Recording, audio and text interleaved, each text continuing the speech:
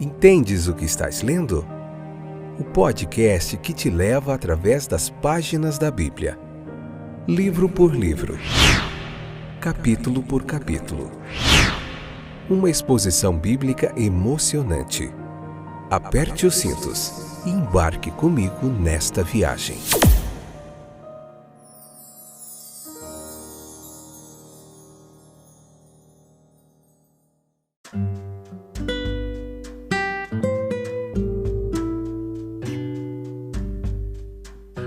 Olá, eu sou o Fábio, seu companheiro de viagem através das páginas da Bíblia. Está comigo aí, firme? No propósito de aprender mais da Palavra de Deus, de adquirir sabedoria, conhecimento, edificação. Então vamos lá? Vamos lá. Hoje, episódio 149, próximo do finalzinho de João. Hoje nós vamos iniciar mais um capítulo 18, dividido em 4 partes também. Vamos lá? Então vamos lá, juntos, mergulhando fundo na Palavra de Deus, aprendendo muito. A gente está aprendendo demais com o João. Todos os episódios estão imperdíveis, você não pode perder. Parece estranho que João, se você puder, leia o capítulo 18, depois escute a explicação, que vai fazer bastante sentido para você, beleza? Parece estranho que João, como sabemos, foi um dos 3 escolhidos que estavam perto de Jesus em sua agonia e suor de sangue. Ele não diga nada sobre esse conflito de seu mestre no Getsemane, né, que nós encontramos em outros capítulos, em outros livros dos evangelistas, mas em João ele não entra em muito detalhe. Esse silêncio dele não pode ser atribuído à falta de simpatia àquela circunstância, não. Pois o discípulo amado certamente sentiu intensamente com e pelo seu Senhor. Ele estava satisfeito que os seus companheiros evangelistas já houvessem relatado as terríveis tristezas do Redentor. Isso parece que bastou para ele.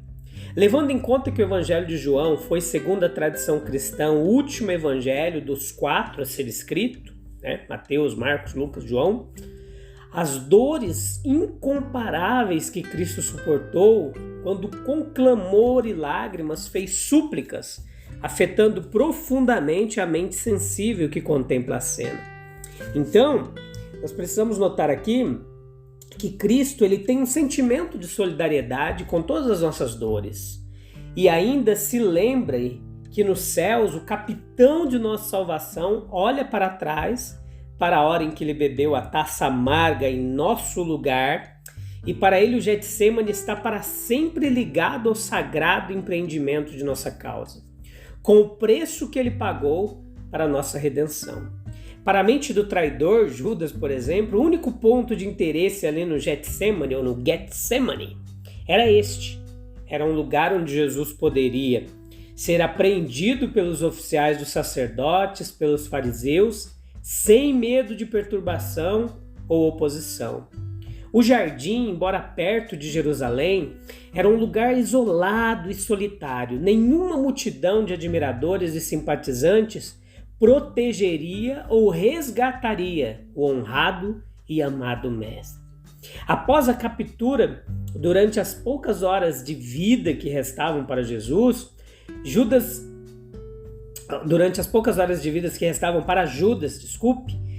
não conseguia pensar no Getsemane sem angústia, que se aprofundou nele, não no arrependimento, mas num remorso.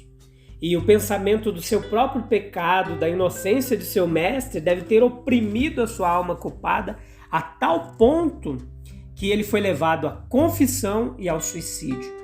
Então terrível é o estado daquele homem, diante de cuja memória surge constantemente aquela cena do crime, da qual ele não vê libertação, da qual ele não vê expiação, aquela cena de violência e crueldade.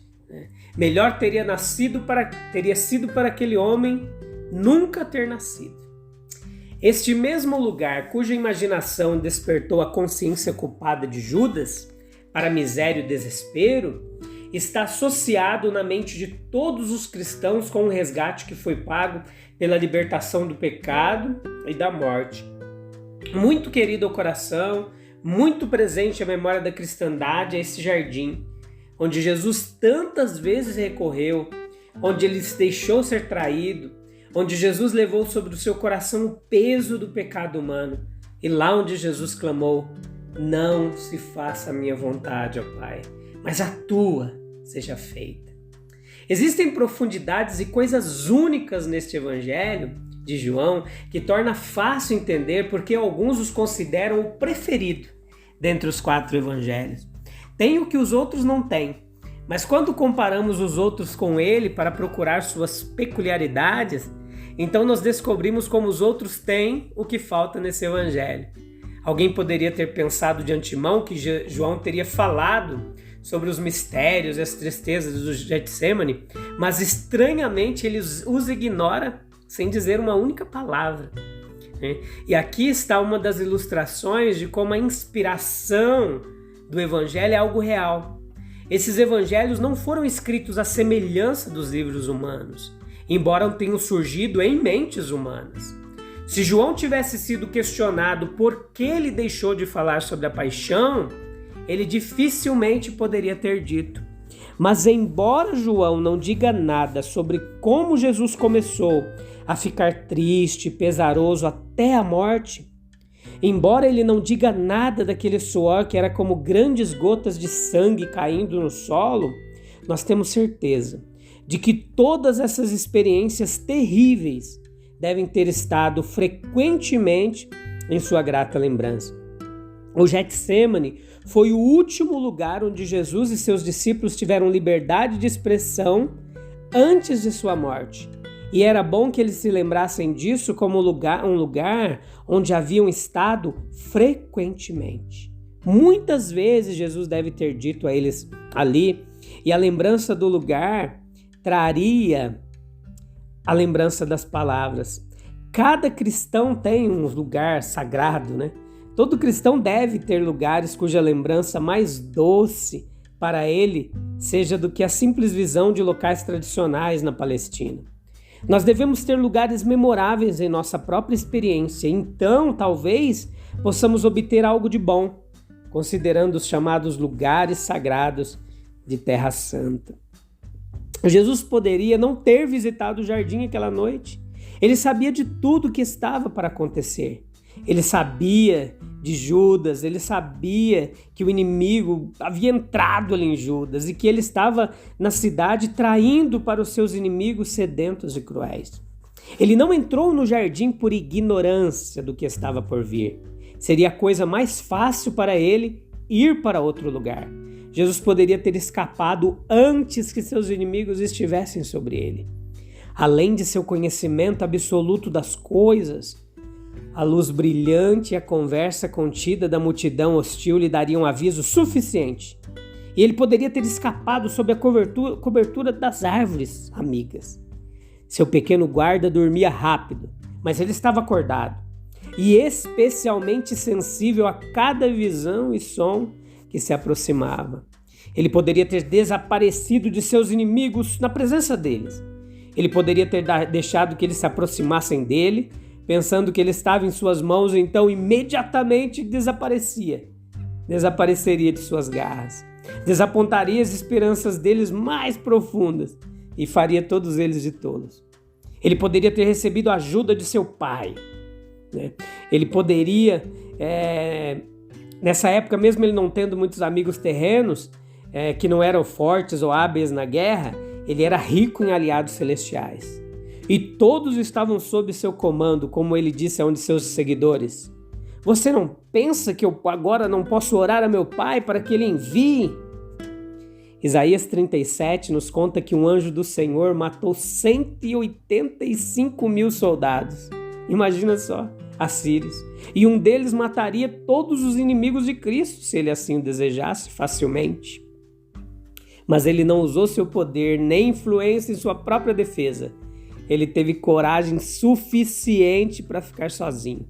Ele permaneceu no jardim, ele estava perfeitamente controlado, ele tinha um trabalho especial a fazer no jardim. Ele estava muito ocupado com seu pai e com os negócios de sua vida, para ser perturbado pelo inimigo que se aproximava. Ele saiu ao encontro de seus inimigos, ele havia terminado o seu trabalho ali. Você pode ler no texto, no capítulo 18. E sua linguagem e ação era: deixe-nos levantar e partir daqui. Ele saiu para encontrá-los. Sua coragem não foi precipitada, mas discreta. E sob a orientação de perfeita sabedoria, ele se deu a conhecer a eles. Ele poderia perguntar-lhes com firmeza: a quem vocês procuram? E eles, tremendo, responderam: Jesus de Nazaré. Os soldados romanos haviam enfrentado muitos inimigos poderosos, mas esse indefeso Jesus de Nazaré os derrotou com a sua majestade. Eu sou ele. Eu vou ser demais para eles. Eles caíram no chão e a queda teria sido fatal para eles, se não fosse a bondade e a misericórdia de Deus. O beijo de Judas foi desnecessário. Jesus já havia se apresentado. Ele sabia que a morte, com todas as suas dores e vergonha, era apenas uma gota no oceano de suas agonias. Ele sabia infinitamente mais do que os soldados, do que os discípulos. Eles apenas conheciam seu exterior, ele conhecia o interior. Eles só conheciam o visível, ele conhecia o invisível. Eles só conheciam uma parte, mas Jesus sabia de tudo. O peso da morte não era nada comparado ao peso do pecado. O heroísmo de Jesus, embora humano, muitas vezes elevou-se acima dele e tornou-se divino. Ele era o Verbo feito carne e Deus manifestado na carne. Ele era um homem perfeito, mas sempre unido à divindade, cheio de vida divina que o fez triunfante sobre a morte e suas agonias. A coragem de obedecer com amor à vontade de seu Pai. Ele estava sempre consciente disso foi o seu deleite, a inspiração de sua vida. Minha comida e minha bebida é fazer a vontade do meu Pai. O cálice que meu Pai me deu é amargo, mas eu beberei de sua mão, seja quais forem as consequências. Ele não apenas conheceu seus sofrimentos, mas também suas alegrias. Não apenas a vergonha, mas também a glória. Não apenas a aparente derrota, mas as grandes vitórias. E é isso que nós vamos continuar aprendendo nos próximos episódios. Você não pode perder. Nós vamos voltar no capítulo 18. Agora nesse finalzinho de João vai ser dolorido. Sofrimento, a morte de Jesus, mas nós também vamos ter que passar por isso. Beleza? Vamos lá, firme e constante, em mais de 12 países, em 4 ou 5 continentes aí, não me lembro direito. Está sendo espalhado o podcast Entendes o que estás lendo, beleza? Espalhe, ore, contribui, faça parte desse projeto. Deus te abençoe, que você fique com Ele, caminhe com Ele, esteja com Ele. Um abraço, a gente se vê no próximo episódio. Tchau, tchau.